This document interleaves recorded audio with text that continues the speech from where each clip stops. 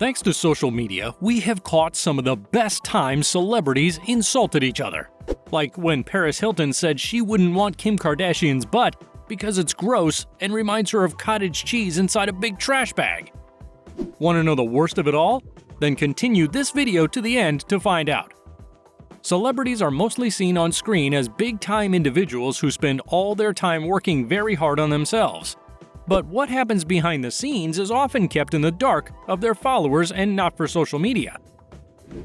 As you may have noticed, Dwayne Johnson and Kevin Hart are very close friends on and off the screen. They have exchanged insults on several occasions, but this particular one was worth putting on the list. This insult was hosted on Playground Insults by BBC Radio 1. This started with Kevin Hart telling Dwayne that his head looked like a breast.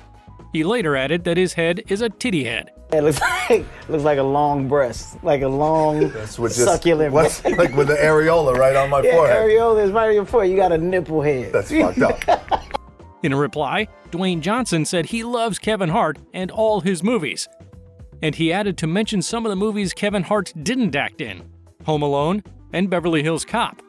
Yeah, I loved all of his movies. That's the thing. I mean, Home Alone and no, that's not my movie. I love that one. Those aren't my Beverly movie. Hills Cop. That's Eddie Murphy. What are you talking about? That's not my movie. Oh, you know what? No. Pootie Tang was great. That's Chris Rock. Now you're just naming other black comedians. You're not even trying.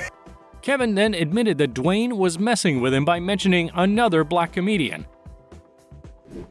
Comedy Central hosts roast sessions where celebrities gather to roast each other in a safe space. During this session, Pete Davidson had the stage, and he insulted Shaq, Ludacris, Snoop Dogg, and Justin Bieber. He began by saying that if he were 38 years old, he would be freaking out right now because he is with Snoop Dogg and Ludacris. Wow, Ludacris and Snoop Dogg are here. If I was 38, I'd be freaking out right now. He then went on to Shaq O'Neal and said thanks for taking the break from throwing barrels at Super Mario. Being here and taking a break from throwing barrels at Super Mario. He then again attacked Shaq by saying he had shattered 8 backboards and 79 cervixes. He later roasted Snoop Dogg by saying he never knew he had a son until he got accepted to play Division I college football. As soon as she got behind the microphone, the first thing she said was to roast all the men sitting there, including Kevin Hart, Shaq O'Neal, Snoop Dogg, Ludacris, and Justin Bieber. She said all the men there combined to have made millions of dollars in child support. These men combined have made millions in child support payments. She then insulted Kevin Hart by saying he is everywhere, and he will be in the next season of Game of Thrones playing Peter Dinklage's shadow. Kevin, you are everywhere. You know, Kevin's actually going to be on the next season of Game of Thrones. He's playing Peter Dinklage's shadow. She continued by adding that Kevin is too small and that every activity he does looks like a stunt. She said Kevin Hart has a Napoleon complex and informed him that Napoleon was a leader in France. She told Ludacris France is in Europe, Justin Bieber Europe is a continent, and Shaq a continent is not a free breakfast. To roast Shaq, she said the Arabic name for handsome is Shaquille, and O'Neal is the Irish name for just kidding.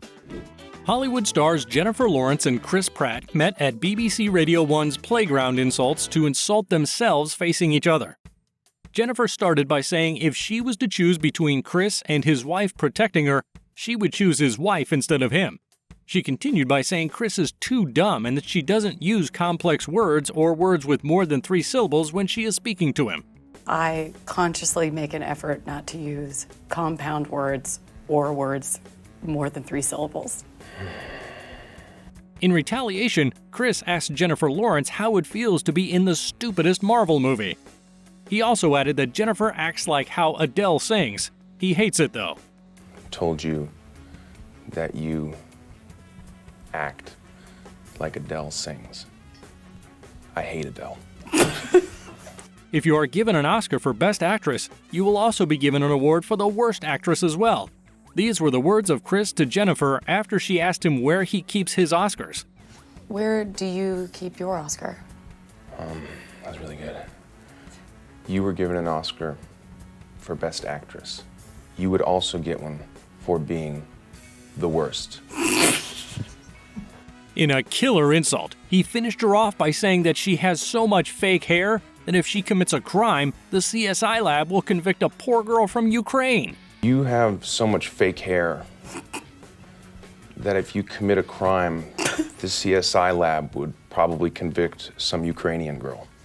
In another Playground Insults episode, Ryan Reynolds met with Josh Brolin for a one-on-one insult.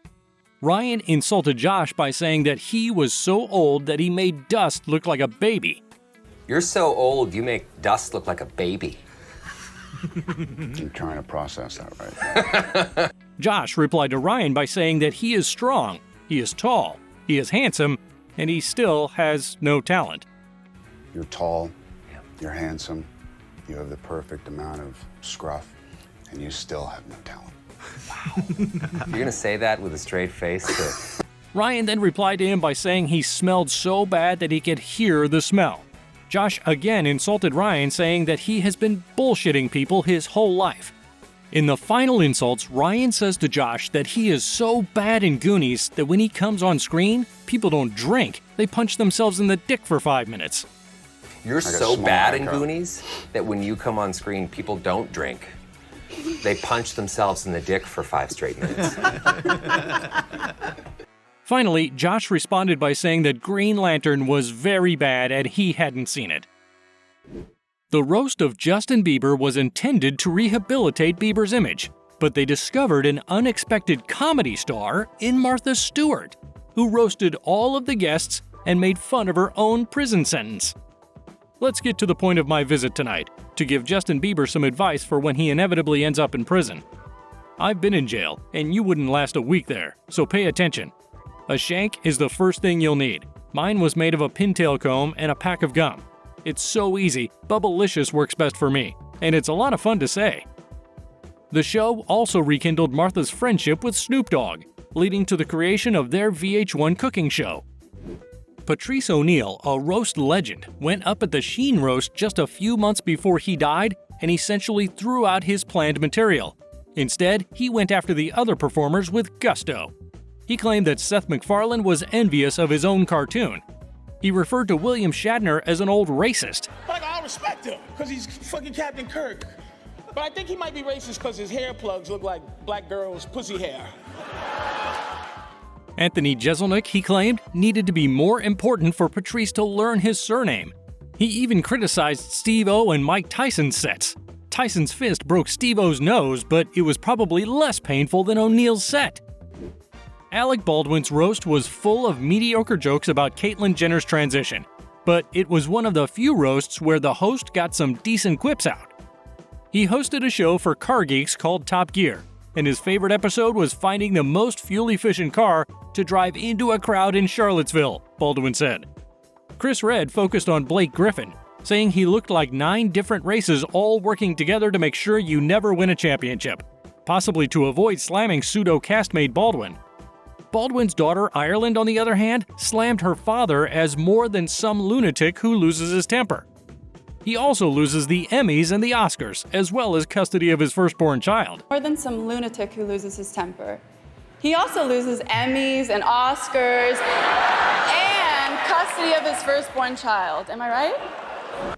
Greg Giraldo was fearless on stage, whether it was a roast, something he did 8 times, a comedy club stage, or annihilating Dennis Leary on Tough Crowd. There is literally an hour's worth of great Giraldo roast jokes, but he was especially vicious on the Chevy Chase roast. Giraldo said he couldn't imagine Chase's career, which included 3 great movies and 40 crappy ones. And the most heinous part? You've made 40 films, and Al Franken is the biggest movie star to have appeared. An OJ roast would have had more celebrity. Fun of him, I can only dream of making 3 good movies and 40 ones. There are no interesting, famous people up here. Look, myself included, I know I'm nobody, but this was supposed to be a big night for me. I was supposed to rub shoulders with big shots. Look at these people. There were many jokes about his bad hair, how ugly he is, and of course, how his money gets him beautiful women. There were some god-awful moments thanks to one single person, but everything else was on point.